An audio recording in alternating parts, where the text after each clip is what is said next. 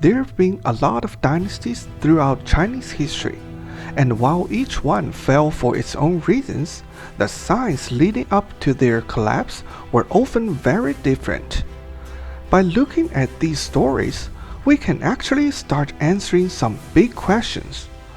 What are the warning signs when a country starts to decline? Is there a way to stop that decline before things fall apart? And if collapse is unavoidable, how do you rebuild after everything's broken? Thanks to China's incredibly detailed historical records and a ton of archaeological evidence, we've got real examples to study. That means we don't have to live through a dynasty collapse ourselves to learn the lessons. Which is a good thing, because when dynasties fall, it usually comes with chaos, displacement, and a whole lot of death. And that, really, is why I'm making this series. So let's jump into today's dynasty, the Eastern Han, from 25 to 220 AD. As a newer regime, you'd think it would have learned from all the mistakes of those that came before. But somehow, it ended up making just about every mistake an empire could make, and that's what brought it down. So what went wrong? Let's take a look. Alright, first up, a crisis of imperial authority. Most Eastern Han emperors just couldn't hold on to power the way Qin Shi Huang did. They often had to lean on the empress's side of the family, the so-called imperial in-laws, to keep things under control. But then those in-laws would get too powerful. So the emperor would turn to the people closest to him, the palace eunuchs, for backup. And guess what? They would end up becoming too powerful too. Then the next emperor would flip it again, bringing in the in-laws to keep the eunuchs in check. And round it went, a messy power struggle with no end in sight. This constant back and forth didn't just weaken the emperor's authority, it chipped away at the government's ability to run the country at all. Now, you might be wondering, why couldn't the Eastern Han emperors just take control like Qin Shi Huang did? Well, that brings us to the second big problem, the rise of the Haoqiang, powerful local landlords. Back when we talked about the Western Han, I mentioned something called the Matthew effect. The rich get richer, the poor get poorer. This problem still hasn't been fully solved today, let alone in the Eastern Han dynasty. A handful of rich families grabbed up huge chunks of land and rented them out to poor farmers. Those farmers became totally dependent on their landlords just to survive. And here's the kicker. With enough land, those landlords didn't even need the central government. Their estates were like mini kingdoms, self-sufficient, wealthy, and growing stronger through marriage alliances with other powerful families. So what happens when people who already hold all the economic power decide they want political power too? Well, to figure that out, we need to take a closer look at how Eastern Han politics actually worked. Back in the Eastern Han, officials weren't picked through exams, not yet.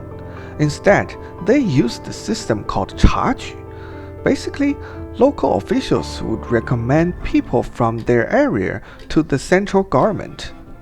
Now guess who had the biggest edge in this system? That's right, the rich. Wealthy families would use their money and connections to cozy up to local officials, and those officials would write glowing recommendation letters to the court, usually for the landlord's sons or relatives. Over time, these rich families didn't just own the land, they started running the government too. That's how they became what people back then called the Haoqiang, powerful families who had both wealth and political clout. But hey, this kind of thing wasn't just happening in ancient China. If you look at US history, there have been plenty of long-lasting families there too. The Adams and Harrison families, big names going all the way back to the American Revolution, and their influence stuck around for nearly 2 centuries. The Roosevelt family came a bit later but gave the country 2 famous presidents. Even in business, you've got families like the DuPonts. They rose to power during the Revolution and were still ranked 81 in the Fortune 500 as recently as 2008. Or the Mellons, who started rising in the late 1800s and still have the Bank of New York Mellon running today. So yeah, powerful families that mix money and politics, not exactly a thing of the past. And hey, if you come from a historical family, drop your story in the comments. I'd love to read about it. But for now, let's get back to the Eastern Han. Here is something worth pointing out. Liu Xiu, the founding emperor of the Eastern Han, was actually one of the Haoqiang himself. The families that helped him rise to power, including those of his wives and concubines, were also from powerful landlord clans. So when he reunified the country and founded the Eastern Han, these elite families were basically his early investors, and like any founding shareholders, they weren't going anywhere. From the start, the Haoqiang had a seat at the political table, and they knew how to keep it. Now, later emperors tried to push back against this landlord class by leaning on their empresses' families, the so-called imperial in-laws. But here is the problem. Those families were also Haoqiang. So, in trying to balance one powerful group, the emperors just brought in another. The throne was always under pressure, no matter where they turned. Now, pause for a second. Let's imagine you were the emperor of the Eastern Han. What would you do to change the empire's fate? Drop your ideas in the comments. I'd love to see what you come up with. But let's keep going. The third major crisis facing the Eastern Han came from the emperors themselves. One of the biggest issues, they didn't live very long. In fact, among all of China's major dynasties, Eastern Han emperors had the shortest average lifespan, just 26.7 years. That meant many died before they even had grown sons to succeed them. And when there was a successor, he was usually way too young to run the empire alone. So power would shift, again, to imperial in-laws or eunuchs, creating more instability. In some cases, these relatives actually preferred to install younger emperors. The younger, the easier to control. On average, Eastern Han emperors came to the throne at just 12.3 years old. That's younger than a lot of senior house cats. And when the person wearing the crown is still a kid, you can bet the adults in the room, especially the power-hungry ones, are going to take advantage. And finally, the last big crisis the Eastern Han faced was natural disasters. We are talking droughts, floods, hailstorms, locust plagues, earthquakes, and epidemics. All the worst stuff. And in a society that relied almost entirely on farming, disasters like these could be devastating. Now, if the empire was stable, no major wars, no political chaos, there were ways to manage these situations. Big landlord families usually kept emergency grain reserves. The emperor could order nearby counties to send relief. Troops might be sent in to keep bandits away, and taxes in the disaster area could be reduced or cancelled for a few years to help people get back on their feet. So in theory, both the government and the local elites had systems in place to deal with natural disasters. But when imperial power was a mess, with constant infighting, and the Haoqiang only care about hoarding wealth, they didn't bother helping anyone. In fact, they often take advantage of the chaos to squeeze the peasants even harder. For the farmers, it was a nightmare. They'd lose their crops, their homes, and any way to survive. Many had no choice but to leave, becoming refugees, wandering from place to place just trying to find food.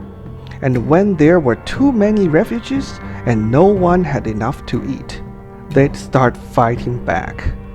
People rose up, not out of ambition, but because they literally had no other option. The Yellow Turban Rebellion, the event that really broke the Eastern Han, started exactly this way. Farmers were already suffering from one disaster after another, and then a man named Zhang Jiao came along. He founded a religious movement called Taiping Dao, which helped refugees and won him a huge following. Eventually, he called on his followers to rise up, tying yellow clothes around their heads as a symbol, and launched a rebellion. As uprisings spread across the country, the imperial court simply didn't have the troops to stop them, so instead, they turned to the powerful landlords again, giving them permission to raise their own private armies and put down the rebels. And just like that, the Haoqiang became full-on warlords. The Yellow Turban Rebellion was eventually crushed, not by the empire, but by these local warlords. By then, the Eastern Han was basically running on paper. The empire had lost control, and China descended into chaos and civil war. One warlord, Cao Cao, rose above the rest. He established the state of Wei, keeping the last Eastern Han emperor around as a puppet ruler. Later, his son Cao Pi made it official, forcing the emperor to abdicate and claiming the throne for himself. And just like that, the Eastern Han dynasty was over.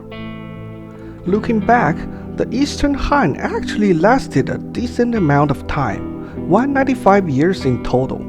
That's way longer than the Qing dynasty, which barely lasted 15. But the problems it faced, like out-of-control landlords and constant power struggles between eunuchs and imperial in-laws, were what you might call chronic conditions. These weren't the kind of crises that instantly topple a dynasty. They were slow, corrosive, dragging things down bit by bit, and once they set in, they were incredibly hard to fix. As we kept moving forward through Chinese history, you will start to notice a lot of dynasties had the exact same issues.